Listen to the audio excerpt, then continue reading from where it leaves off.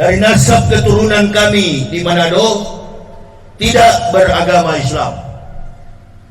Atas petunjuk hidayah dari Allah Subhanahu wa taala, kami sekeluarga, saya, istri dan anak-anak mengucapkan la ilaha illallah Muhammad Rasulullah. Hidayah bukanlah sesuatu yang membalikkan seperti membalik telapak tangan. Fenomena kehidupan orang yang masuk dan keluar Islam tentu memiliki proses. Orang yang masuk Islam diberi petunjuk oleh Allah disebut sebagai muhtadin. Mayahtilahu fahuwal muhtadin wa mayudlil faulaika humul khasirun. Orang yang keluar dari Islam disebut murtadin. Orang yang masuk Islam muhtad, orang yang keluar dari Islam murtad. Selama ini ibu bapak salah kan? Mengatakan orang yang masuk Islam itu mu'alaf. Mu'alaf itu belum tentu dia Islam. Innal ladzina kafaru sawa'un 'alaihim a ansartahum am lam tunsirhum la yu'minun. Itu mu'alaf. Sekalipun engkau meyakinkan wahai Muhammad, belum tentu orang kafir tidak akan beriman. Itu mu'alaf. Dan kami bukan dari golongan itu.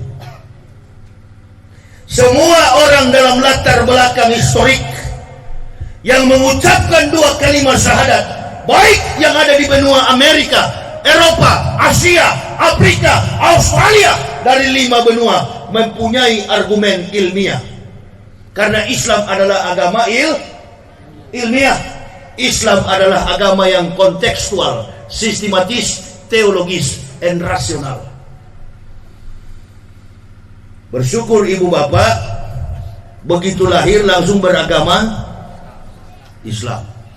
Qad aflahal mu'minun, beruntunglah orang-orang yang beriman. Kalau seandainya ibu bapak lahir dalam keadaan kafir, belum tentu ibu bapak bisa masuk agama Allahu Akbar. Beberapa hari lalu, astronot angkasawan Cina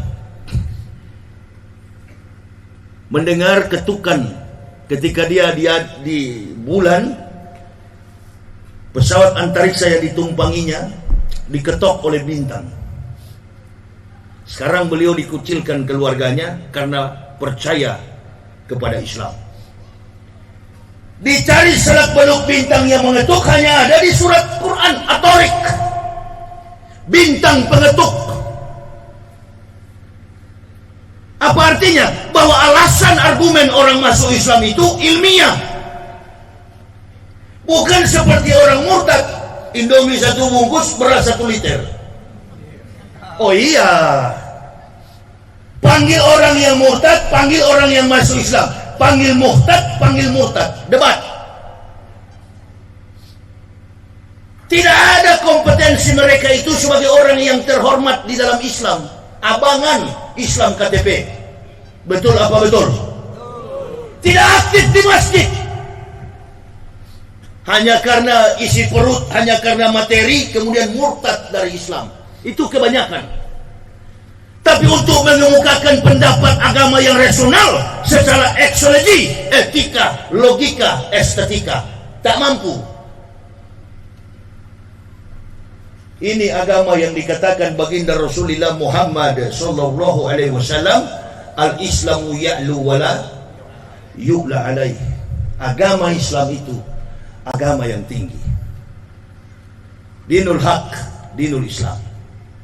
Rentetan sejarah para nabi, dari hamparan sejarah-sejarah yang terbentang luas dalam proses perjalanan hidup.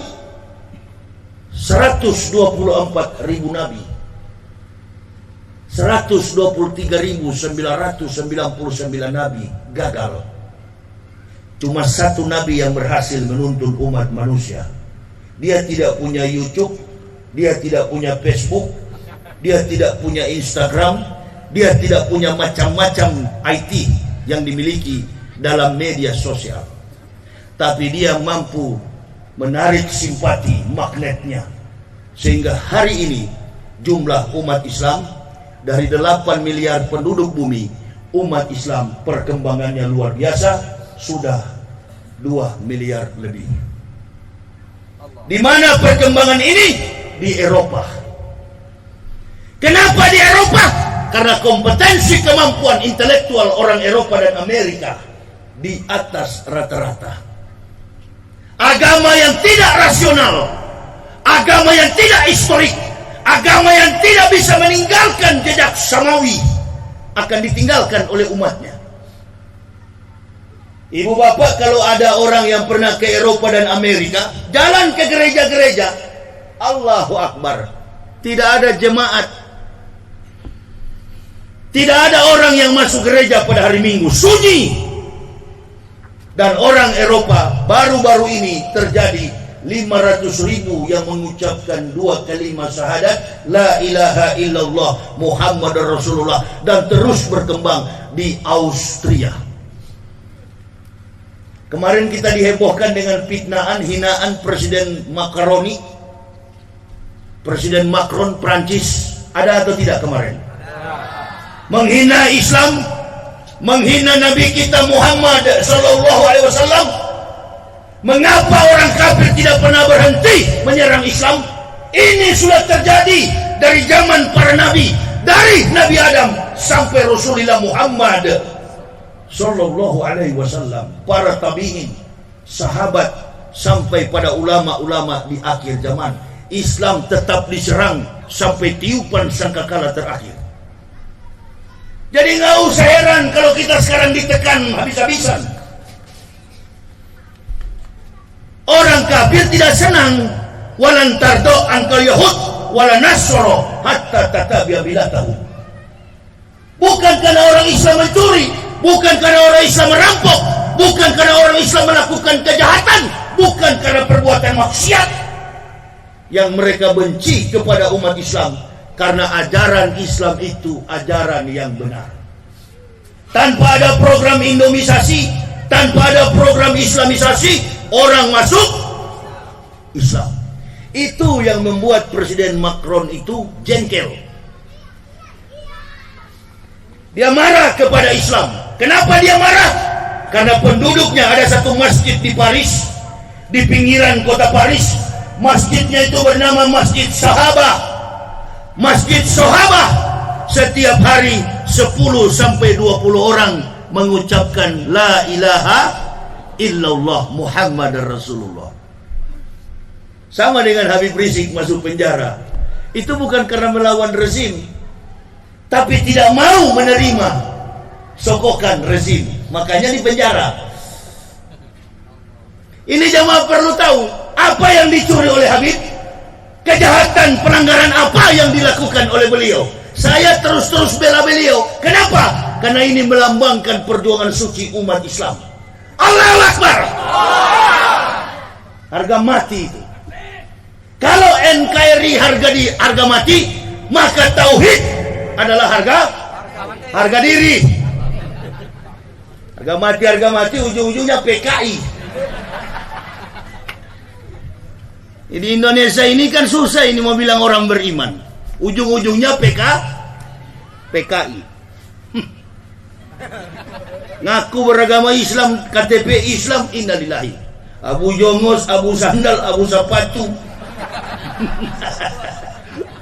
Mengaku beragama Islam, pakai nama Muhammad, pakai nama Ismail, pakai nama Abdullah, macam-macam nama, istilah-istilah Islami.